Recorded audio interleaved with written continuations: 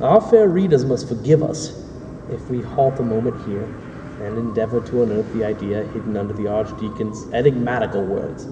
This will destroy that. The book will destroy the edifice. To our mind, this thought has two aspects. In the first place, it was a view pertaining to the priest. It was the terror of the ecclesiastical before a new force, printing. It was the servant of the dim sanctuary, scared and dazzled by the light that streamed from Gutenberg's press. It was the pulpit and the manuscript, the spoken and the written word quailing before the printed word.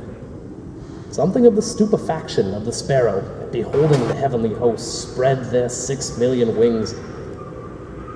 It was the cry of the prophet who already hears the far-off roar and tumult of emancipated humanity, who, gazing into the future, sees intelligence sapping the foundations of faith, opinion dethroning belief, the world shaken off the yoke of Rome. The prognostication of the philosopher who sees human thought violated, volatilized by the press, evaporating out to the theocratic receiver, the terror of the besieged soldier, gazing at the steel battering ram and saying to himself, "The citadel must fall." It signified that one great power was to supplant another great power. It meant the printing press will destroy the church.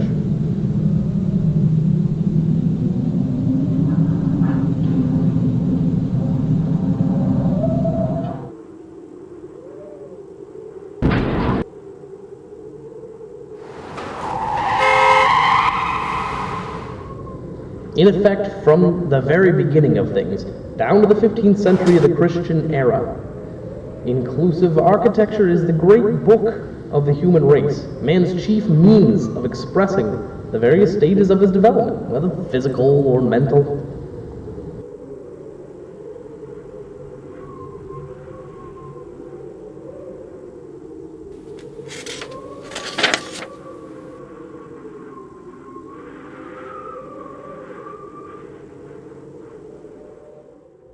On each of its concentric enclosures, the priest might read the word, translated and made manifest to the eye, might follow its transformations from sanctuary, till at last he could lay hold upon, in its final tabernacle, under its most concrete form, which yet was architecture, the ark.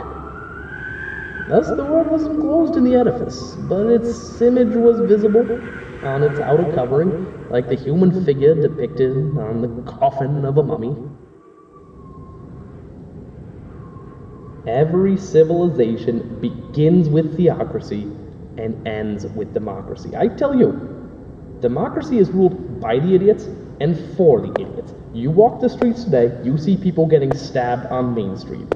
You think that's not because of democracy? I will tell you something. I voted for John McCain. And the liberty went far. Always does. Such a thing as too much freedom. Let people do whatever they want. People will stop working, masturbate all day, and play the Sega Genesis. At times a door, a facade, nay, even an entire church, presents a symbolical meaning wholly unconnected with worship, even inimical to the church itself. In the 13th century, Guillaume of Paris, in the 15th, Nicolas Flamel wrote such seditious pages. Saint Jacques de la Boucherie was a complete volume of opposition.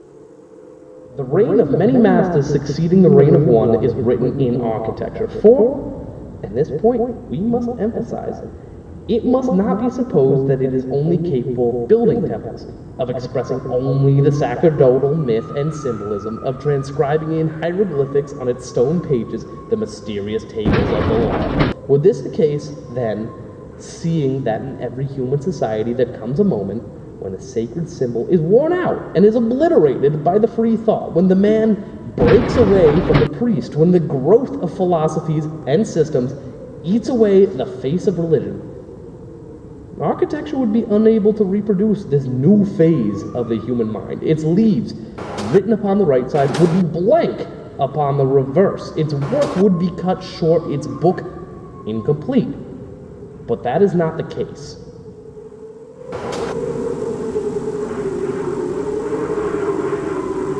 Back in those days, he who was born a poet became an architect. Back then, kids weren't so fucked in the head. You went to school, it was understood, it was to get a job. Nowadays, these chicken noodle soup motherfuckers think they can put food on the table with nursery rhymes. I once knew a guy who thought that. They found him on the street trying to make a meal from his fingers. And back then, people were much smarter. These days, you see bozos blowing on Jeopardy against a supercomputer. What's next? A machine takeover? You lose a game of tic-tac-toe against the toaster, the next thing you know, it's the end of the fucking world.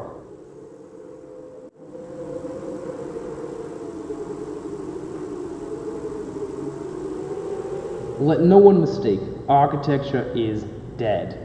Couldn't be more dead. Saw a guy get his head decapitated for poking it out too far past the underground platform when the train was coming.